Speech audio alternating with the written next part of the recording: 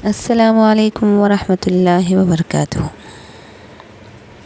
آئیے ناظرین، آج ہم قرآن شریف کا آغاز کرتے ہیں ترجمے کے ساتھ۔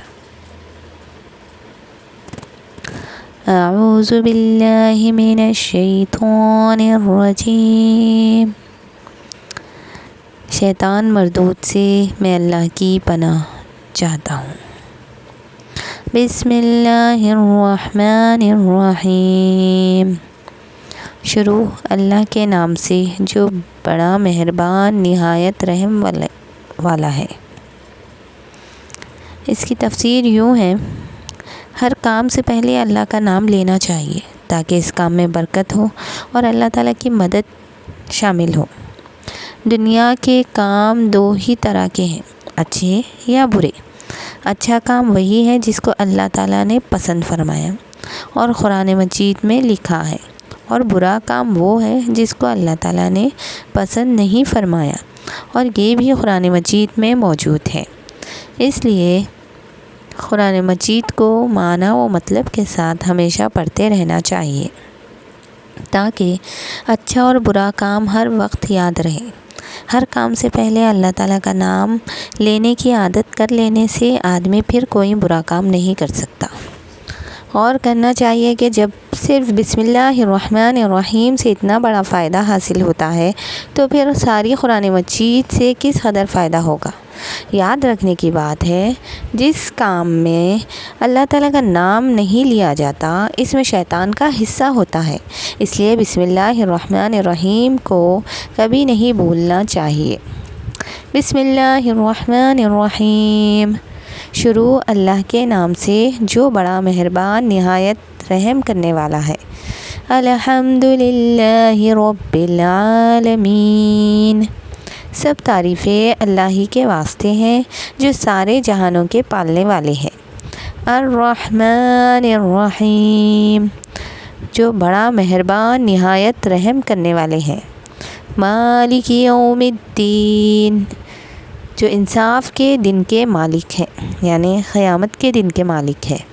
ایاک نعبد و ایاک نستعین، یا اللہ ہم آپ کی ہی عبادت کرتے ہیں اور آپ ہی سے مدد چاہتے ہیں۔ اہدنا الصراط المستقیم، اے میرے اللہ آپ ہمیں سیدھے راستے پر چلائیے۔ صراط الذین انعمت علیہم، ان کے راستے پر جن پر آپ نے انعام رکھا ہے۔ غیر المغضوب علیہم ولا الضالین، نہ کہ ان کا راستہ جن پر آپ کا غضب ہو اور نہ ان کے راستے پر جو کہ گمراہ ہو۔ اس سورہ شریف کا نام ام القرآن اور اساس القرآن بھی ہے۔